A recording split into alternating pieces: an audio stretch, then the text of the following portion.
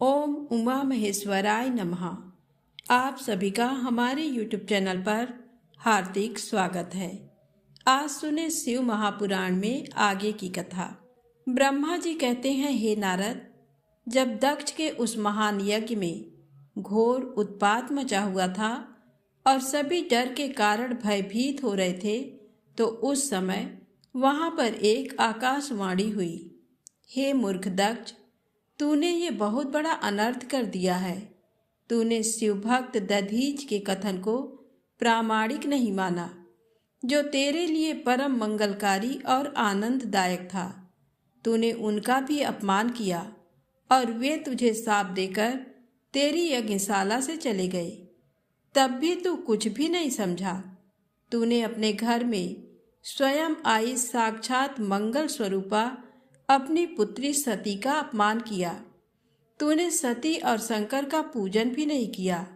अपने को ब्रह्मा जी का पुत्र समझकर तुझे बहुत घमंड हो गया था। तूने उस सती देवी का अपमान किया, जो सत्पुरुषों की भी आराध्या हैं। वे समस्त पुण्यों का फल देती हैं। वे तीनों लोकों की माता, कल्याण स्वरूपा और भगवान शंकर की अर्धांगिनी हैं। सती देवी प्रसन्न होने पर सुख और सौभाग्य प्रदान करती हैं। वे परम मंगलकारी हैं। देवी सती की पूजा करने से समस्त भयों से छुटकारा मिल जाता है और मनोवांछित फलों की प्राप्ति होती है। देवी सभी उपद्रवों को नष्ट कर देती हैं। वे ही पराशक्ति हैं तथा कीर्ति, संपत्ति, भोग और मोक्ष प्रदान करती हैं। वे ही जन्मदात्री हैं, अर्थात जन्म देने वाली माता हैं। वे ही इस जगत की रक्षा करने वाली आदि शक्ति हैं और वे ही प्रलय काल में जगत का संहार करने वाली हैं। सती ही भगवान विष्णु सहित ब्रह्मा, इंद्र, चंद्र, अग्नि, सूर्यदेव आदि सभी देवताओं की जननी हैं। वे साक्षात जगदम्बा हैं। वे ही दुष्टों का नाश करने वाली और भक्तों की रक्षा करने वाली हैं। ऐसी उत्तम महिमा और गुणों वाली भगवान शिव की प्राण प्रिया धर्म पत्नी का तूने इस यज्ञ में अपमान किया है। भगवान शिव तो परम ब्रह्म परमेश्वर हैं। वे सबके स्वामी हैं। वे सबका कल्याण करते हैं। सभी मनुष्य प्रभु का दर्शन पाने की अभिलाषा सदैव अपने मन में रखते हैं। दर्शनों की इच्छा लिए घोर तपस्या करते हैं। वे भगवान शिव ही जगत को धारण कर उसका पालन पोषण करते हैं। वे ही समस्त विद्याओं के ज्ञाता और मंगलों का भी मंगल करने वाले हैं। वे ही समस्त मनोकामनाओं को पूरा करते हैं। हे दुष्ट दक्ष, तूने उन परम शक्तिशाली भगवान शिव की शक्ति की अवहेलना करके बहुत बुरा किया है। इसलिए तेरे इस महायज्ञ के विनाश को कोई नहीं रोक सकता। जिनके चरणों की धूल शेष नाग रोज अपने मस्तक पर धारण करता है, जिनके चरण कमल का ध्यान करने से ब्रह्मा को ब्रह्मत्व प्राप्त हुआ है, तूने उनका और उनकी पत्नी सती का पूजन न करके बहुत अनिष्ट किया है। भगवान शिव ही इस संपूर्ण जगत के पिता और उनकी पत्नी देवी सती इस जगत की माता हैं। तूने उन माता पिता का सत्कार न कर उनका घोर अपमान किया है। अब तेरा कल्याण कैसे हो सकता है? तूने स्वयं दुर्भाग्य से अपना नाता जोड़ लिया है। तूने देवी सती और भगवान शिव की भक्तिभाव से आराधना नहीं की। तेरी ये सोच ही कि कल्याणकारी शिव का पूजन किए बिना भी मैं कल्याण का भागी हो सकता हूँ, तुझे ले डूबी है। तेरा सारा घमंड नष्ट हो जाएगा। यहाँ बैठा कोई भी देवता शिव जी के विरुद्ध होकर तेरी सहायता नहीं कर पाएगा। यदि करना भी चाहेगा तो स्वयं भी नष्ट हो जाएगा। अब तेरा अमंगल निश्चित है। सभी देवता और मुनिगण यज्ञ मंडप को छोड़कर तुरंत यहाँ से अपने अपने धाम को चले जाएं, अन्यथा सबका नाश हो जाएगा। इस प्रकार यज्ञशाला में उपस्थित सभी लोगों को चेतावनी देकर वह आकाशवाणी मौन हो गई। ब्रह्मा जी कहते हैं, नारद, उस आकाशवाणी को सुनकर सभी देवता और मुनि आश्चर्य से इधर उधर देखने लगे। उनके मुंह से एक भी शब्द नहीं निकला। वे अत्यंत भयभीत हो गए। उधर भृगु के मंत्रों से उत्पन्न गणों द्वारा भगाए गए शिवगण, जो कि नष्ट होने से बच गए थे, शिव जी की शरण में चले गए। वहां पहुंचकर उन्होंने प्रभु को हाथ जोड़कर प्रणाम किया और वहां यज्ञ में जो कुछ भी हुआ था उसका और सती के शरीर त्यागने का सारा वृत्तांत उन्हें सुनाया। शिवगण बोले, हे महेश्वर, दक्ष बड़ा ही दुरात्मा और घमंडी है। उसने माता सती का बहुत अपमान किया। वहां उपस्थित देवताओं ने भी उनका आदर सत्कार नहीं किया। उस घमंडी दक्ष ने यज्ञ में आपका भाग भी नहीं दिया। हे प्रभु, दक्ष ने आपके प्रति बुरे शब्द कहे। आपके विषय में ऐसी बातें सुनकर माता क्रोधित हो गई और उन्होंने पिता की बहुत निंदा की। जब दक्ष ने उनका भी अपमान किया तो वे शांत होकर सोचने लगीं। फिर उन्होंने वहां उपस्थित सभी देवताओं और मुनियों को फटकारा जिन्होंने आपका अनादर किया था। उन्होंने कहा कि शिव निंदा सुनकर मैं जीवित नहीं रह सकती। ये कहकर उन्होंने योगाग्नि में जलकर अपना शरीर भस्म कर दिया। ये देखकर बहुत से पार्षदों ने माता के साथ ही अपने शरीर की आहुति दे दी। तब हम सब शिवगण उस यज्ञ को विध्वंस करने के लिए तेजी से आगे बढ़े, परंतु भृगु ऋषि ने मंत्रों द्वारा गणों को उत्पन्न कर हम पर आक्रमण कर दिया। हम में से बहुत से गणों को उन भृगु के गणों ने मार डाला। तब वहां आकाशवाणी हुई, जिसने कहा कि तुम्हारा अंत अब निश्चित है तथा जो भी देवता एवं मुनि तुम्हारा साथ देंगे वे भी पाप के भागी बनकर मृत्यु को प्राप्त होंगे। ये सुनकर सभी उपस्थित लोग वहां से चले गए और हम यहाँ आपको इस विषय में बताने के लिए आपके पास चले आए। हे कल्याणकारी भगवान शिव, आप उस महादुष्ट अधर्मी दक्ष को उसके अपराध का कठोर दंड अवश्य दें। ये कहकर सभी गण चुप हो गए। ब्रह्मा जी बोले, हे नारद, अपने पार्षदों की बातें सुनकर भगवान शिव ने उस यज्ञ की सारी बातें और जानकारी जानने के लिए तुम्हारा स्मरण किया। उनके स्मरण करते ही तुम वहां जा पहुँचे और भक्ति भाव से नमस्कार करके चुपचाप खड़े हो गए। तब महादेव जी ने तुमसे दक्ष के यज्ञ के विषय में पूछा। तब तुमने उत्तम भाव से उस यज्ञशाला में जो हुआ था वह सब वृत्तांत उन्हें सुना दिया। सारी बातों से अवगत होते ही भगवान शिव अत्यंत क्रोधित हो गए। पराक्रमी शंकर के क्रोध का कोई अंत न रहा। तब लोक संहारी शंकर ने अपनी जटा का एक बाल उखाड़कर उसे कैलाश पर्वत पर दे मारा। जैसे ही वह बाल जमीन पर गिरा उसके 2 टुकड़े हो गए। उस समय वहां बहुत भयंकर गर्जना हुई। बाल के प्रथम भाग से महापराक्रमी महाबली वीरभद्र प्रकट हुए, जो समस्त शिवगणों में शिरोमणि हैं। उनका शरीर बहुत बड़ा और विशाल था। उनकी 1000 भुजाएं थीं। उस जटा के दूसरे भाग से अत्यंत भयंकर और करोड़ों भूतों से घिरी हुई महाकाली उत्पन्न हुई। उस समय रुद्रदेव के क्रोध पूर्वक सांस लेने से 100 प्रकार के ज्वर और अनेक प्रकार के रोग पैदा हो गए। वे सभी शरीरधारी, क्रूर और भयंकर थे। वे अग्नि के समान तेज से प्रज्वलित थे। तब वीरभद्र और महाकाली ने दोनों हाथ जोड़कर भगवान शिव को प्रणाम किया। वीरभद्र बोले, हे महारुद्र, आपने सोम, सूर्य और अग्नि को अपने तीनों नेत्रों में धारण किया है। हे प्रभु, कृपा कर मुझे आज्ञा दीजिए कि मुझे क्या कार्य करना है।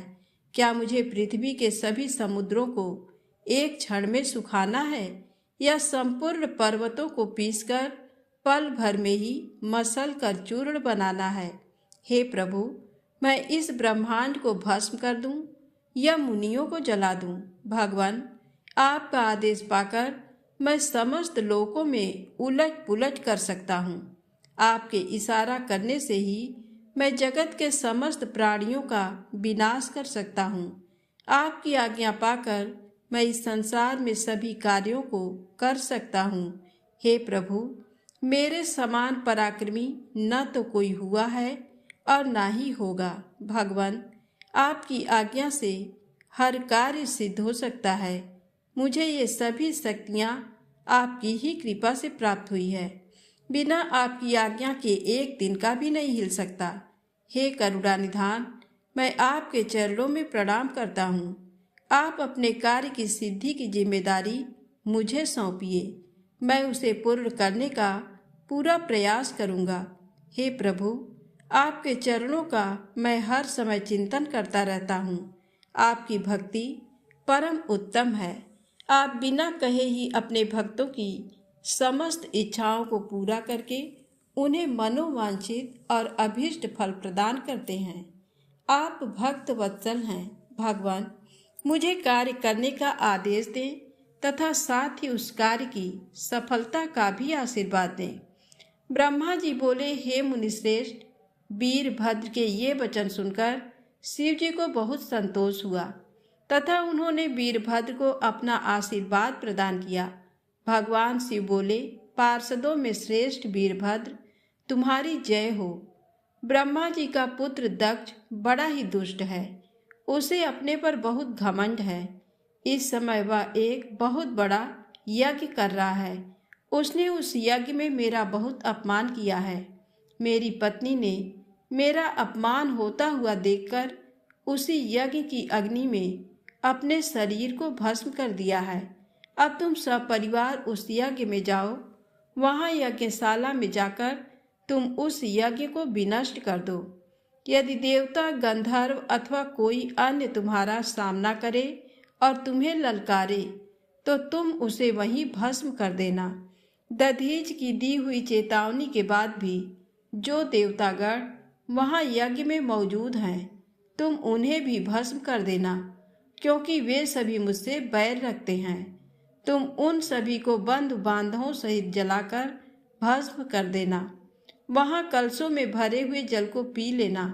इस प्रकार वैदिक मर्यादा के पालक भक्त वत्सल करुणा निधान शिव ने क्रोधित होकर वीरभद्र को यज्ञ का विनाश करने का आदेश दिया।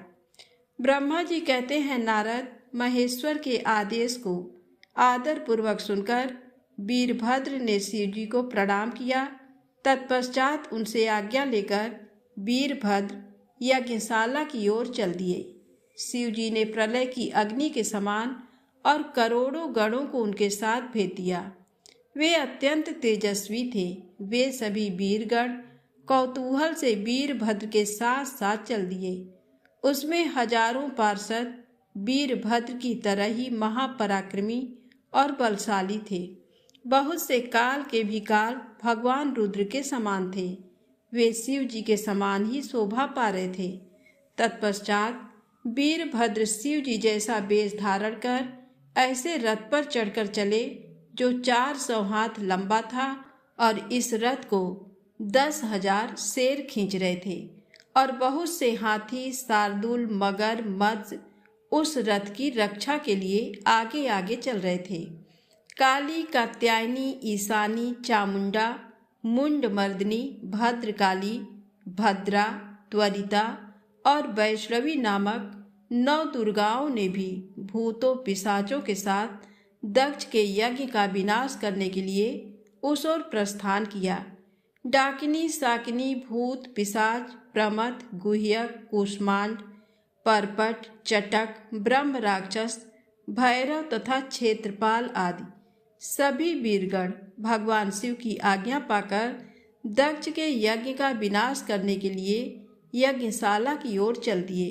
वे भगवान शंकर के 64,000 करोड़ गणों की सेना लेकर चल दिए। उस समय भेड़ियों की गंभीर ध्वनि होने लगी। अनेकों प्रकार के शंख चारों दिशाओं में बजने लगे। उस समय जटाहर, मुखों तथा श्रृंगों के अनेक प्रकार के शब्द हुए। भिन्न भिन्न प्रकार की सींगें बजने लगीं।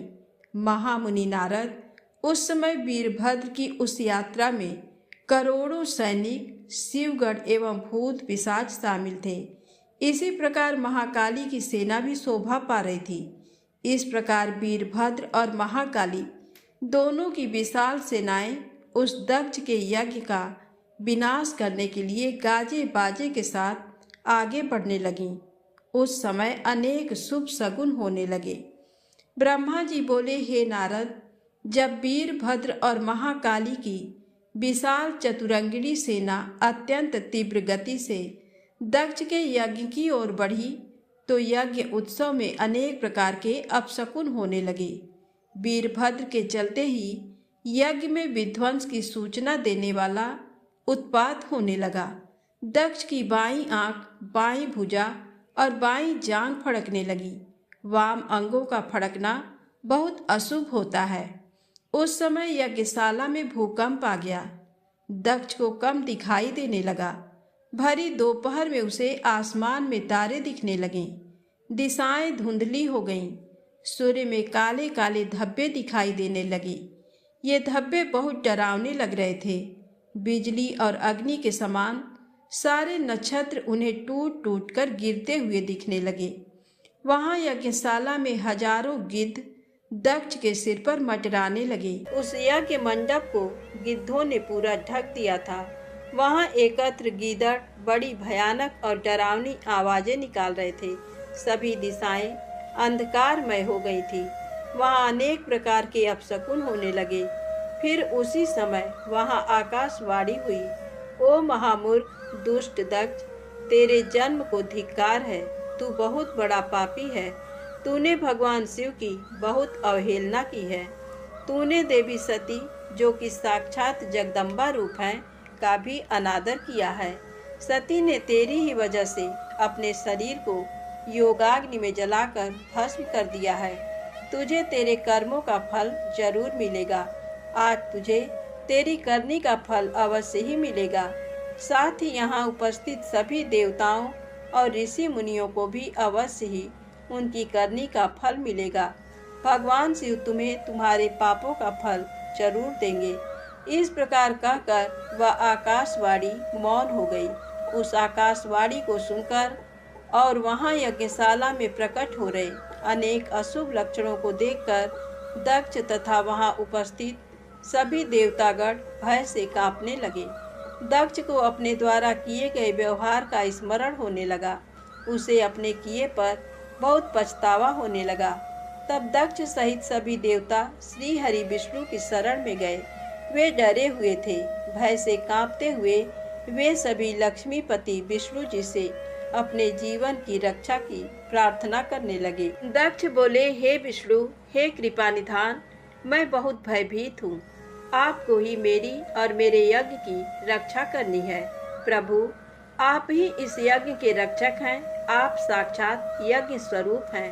आप हम सब पर अपनी कृपा दृष्टि बनाइए। हम सब आपकी शरण में आए हैं। प्रभु, हमारी रक्षा करें ताकि यज्ञ का विनाश ना हो।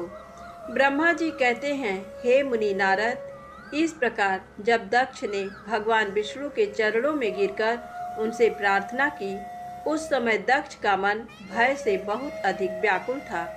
तब श्री हरि ने दक्ष को उठाकर अपने मन में करुणा निधान भगवान शिव का स्मरण किया और शिव तत्व के ज्ञाता श्री हरि दक्ष को समझाते हुए बोले, दक्ष, तुम्हें तत्व का ज्ञान नहीं है, इसलिए तुमने सबके अधिपति भगवान शंकर की अवहेलना की है।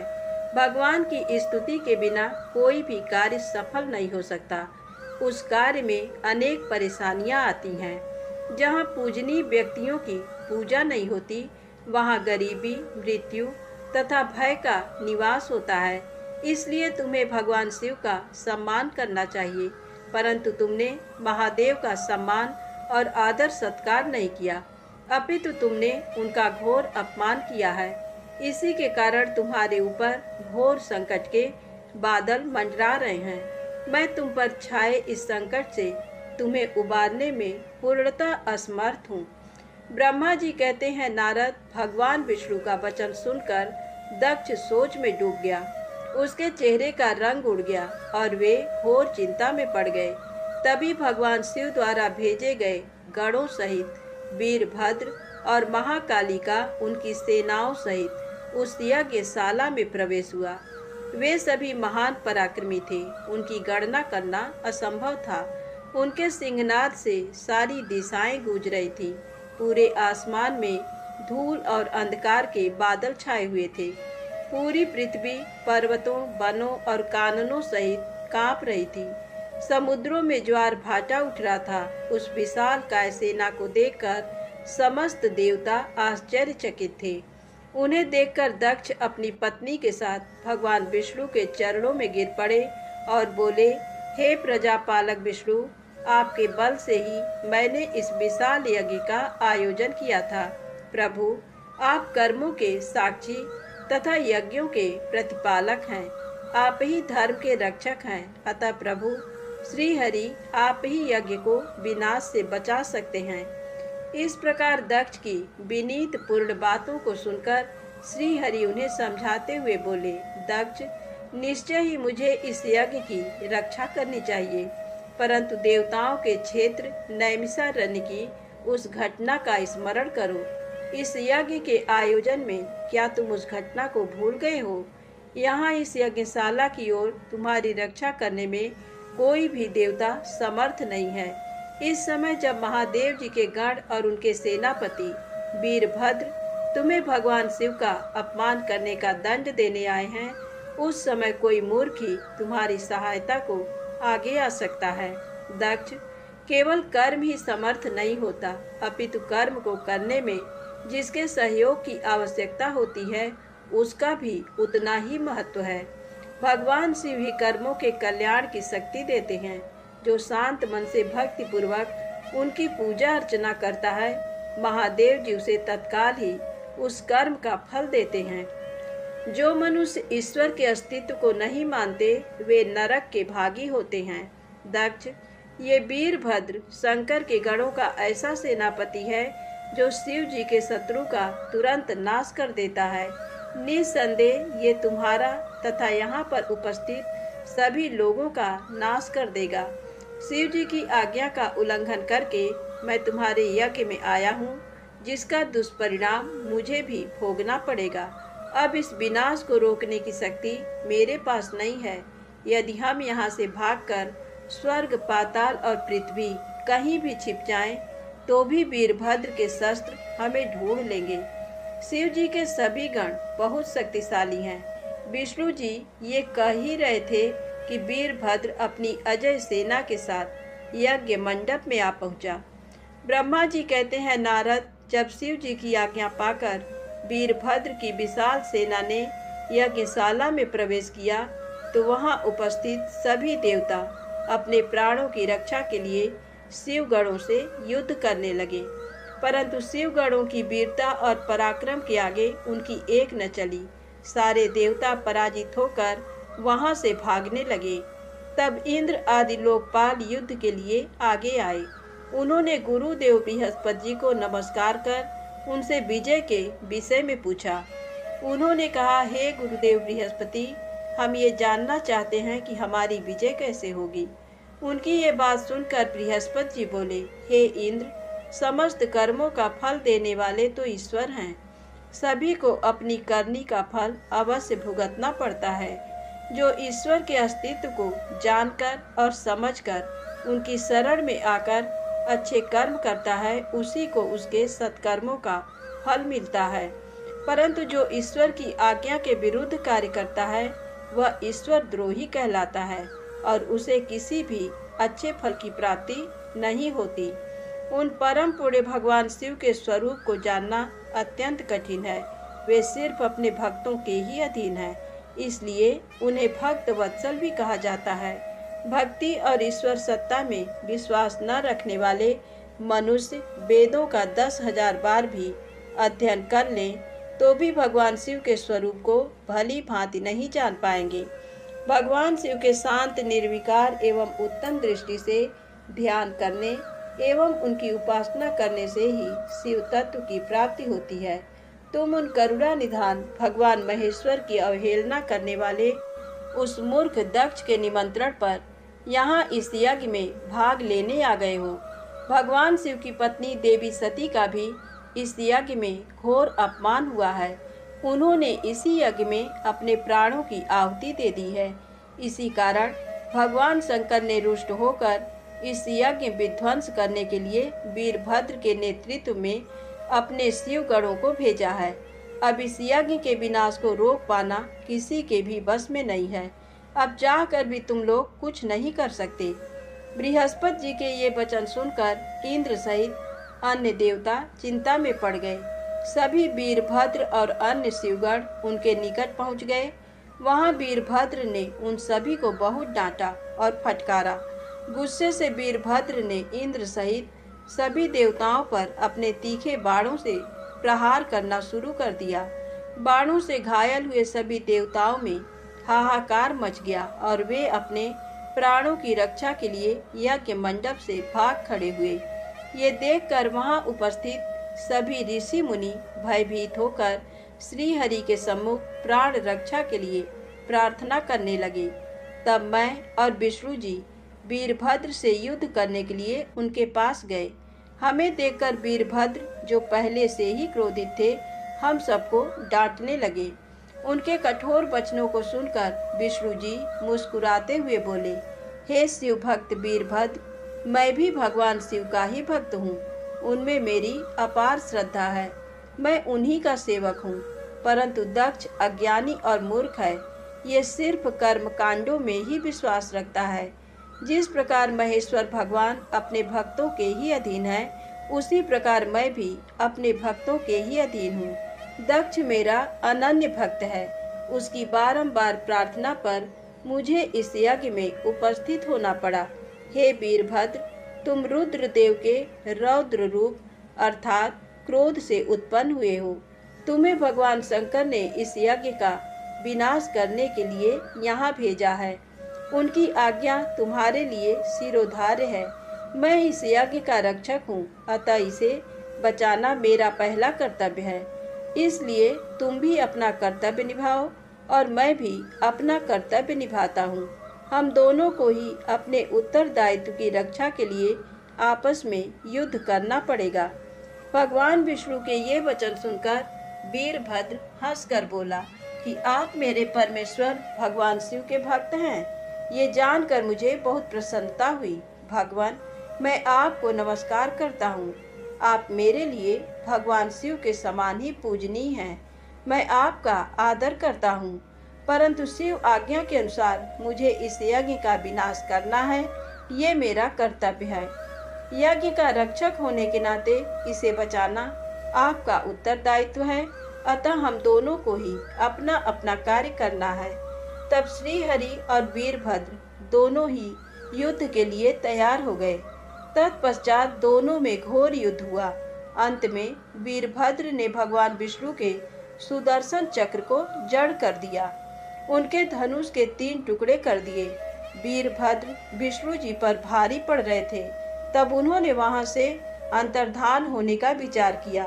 सभी देवता व ऋषिगण ये समझ चुके थे कि ये जो कुछ हो रहा है वह देवी सती के प्रति अन्याय और शिव जी के अपमान का ही परिणाम है। इस संकट की घड़ी में कोई भी उनकी रक्षा नहीं कर सकता। तब वे देवता और ऋषिगण शिव जी का स्मरण करते हुए अपने अपने लोक को चले गए। मैं भी दुखी मन से अपने सत्य लोक को चला आया। उस यज्ञ स्थल पर बहुत उपद्रव हुआ। वीरभद्र और महाकाली ने अनेकों मुनियों एवं देवताओं को प्रताड़ित करके उनका वध कर दिया। भृगु, पूषा और भग नामक देवताओं को उनकी करनी का फल देते हुए उन्हें पृथ्वी पर फेंक दिया। हे नारद, यज्ञशाला में उपस्थित सभी देवताओं को डराकर और मारकर वीरभद्र ने वहां से भगा दिया और जो बाकी बचे उनको भी मार डाला। तब उन्होंने यज्ञ के आयोजक दक्ष को, जो कि भय के मारे अंतर्वेदी में छिपा था, बलपूर्वक पकड़ लिया। वीरभद्र ने दक्ष के शरीर पर अनेकों वार किए।